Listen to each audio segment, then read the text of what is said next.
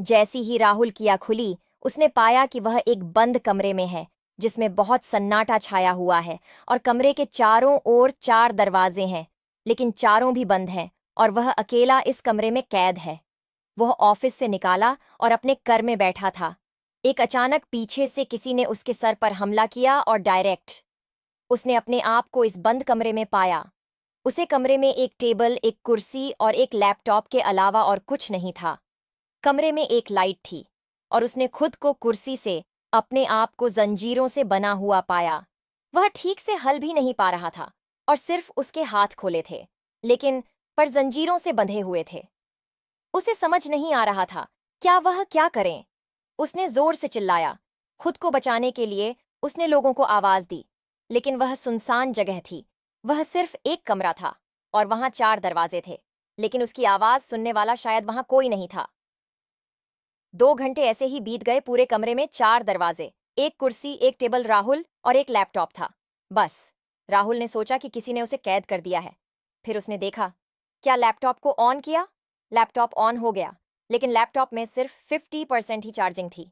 राहुल ने लैपटॉप की file checking, तो उसमें एक फाइल थी, लेकिन अचानक उसमें एक वीडियो कॉल ऑन हो गया, जिसमें एक रिकॉर्डिंग वीडियो था। उसमें कहा गया था कि मुझे इस अकाउंट में RS 1 करोड़ चाहिए और अकाउंट नंबर, बैंक डिटेल वहां दी गई थी। राहुल के पास तो 1 करोड़ रुपए नहीं थे। उसने उसे नंबर पर कांटेक्ट करने की कोशिश की, लेकिन वह कांटेक्ट नहीं हुआ। उसने वापस से वीडियो कॉल किया और कहा कि मेरे पास 1 करोड़ रुपए नहीं है। उसे एक और वीडियो कॉल आया, जिसमें उसे कहा गया कि अगर तुम मुझे इस अकाउंट में 1 करोड़ रुपए ट्रांसफर नहीं करोगे, तो मैं तुम्हें इसी कमरे में सड़ने दूंगा और बगैर खाना पानी के तुम कुछ ही दिन में मर जाओगे। ये सुनकर राहुल बहुत डर गया।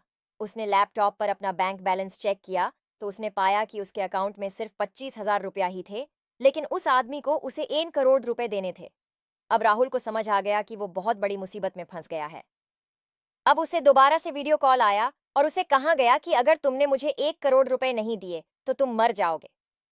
तभी उसे कहा जाता है कि पीछे मुड़कर देखो। मुझे ऐसे ही पीछे मुड़कर देखता है तो दम हो जाता है, क्योंकि उसके पीछे एक आदमी की लाश पड़ी होती है और उसे कहा जाता है कि इसमें भी मुझे पैसे नहीं दिए थे, इसलिए मैंने इसे मार दिया।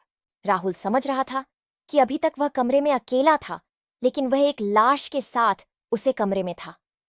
अब और भी डर गया और उसके पसीने छूटने लगे। उसने जल्दी से उसके दोस्त को कॉल लगाया और कहा कि ऐसे ऐसे सिचुएशन में मैं फंस गया हूं, प्लीज मुझे 1 करोड़ रुपए चाहिए। उसके दोस्त ने कहा, मेरे पास पैसे नहीं है। लेकिन उसके दोस्त ने कहा कि मेरे अंकल पुलिस में है, तुम उनसे कांटेक्ट कर सकते हो।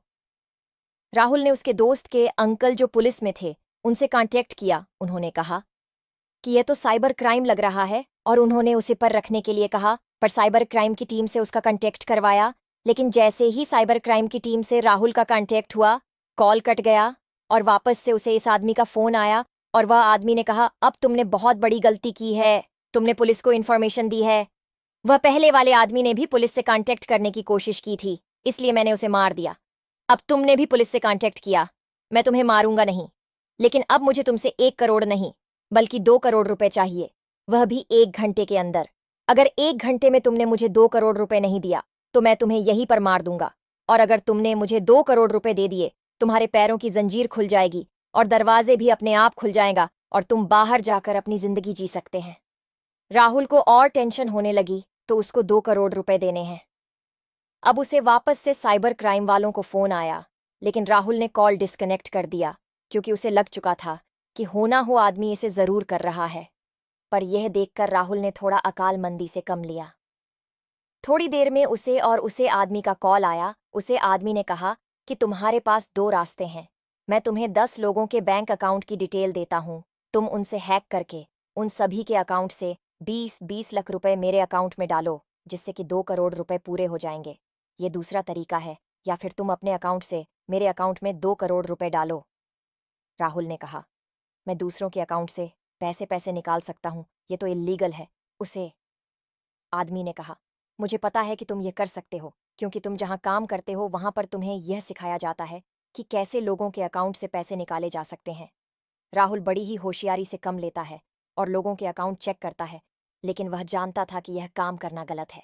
वह कोडिंग करता है और कोडिंग में अपना मैसेज लिखकर क्राइम ब्रांच को देता है और साइबर क्राइम को उसके लोकेशन सेट करवाता है। साइबर क्राइम का ऑफिस नजदीकी होता है। उन्हें जैसे ही मैसेज मिलता है वह फटाक से आते हैं और राहुल को बचा लेते हैं। राहुल अपनी अक्लमंदी से उसे किडनैपर से बच जाता है और लोगों के पैसे डूबने से बचा लेता है।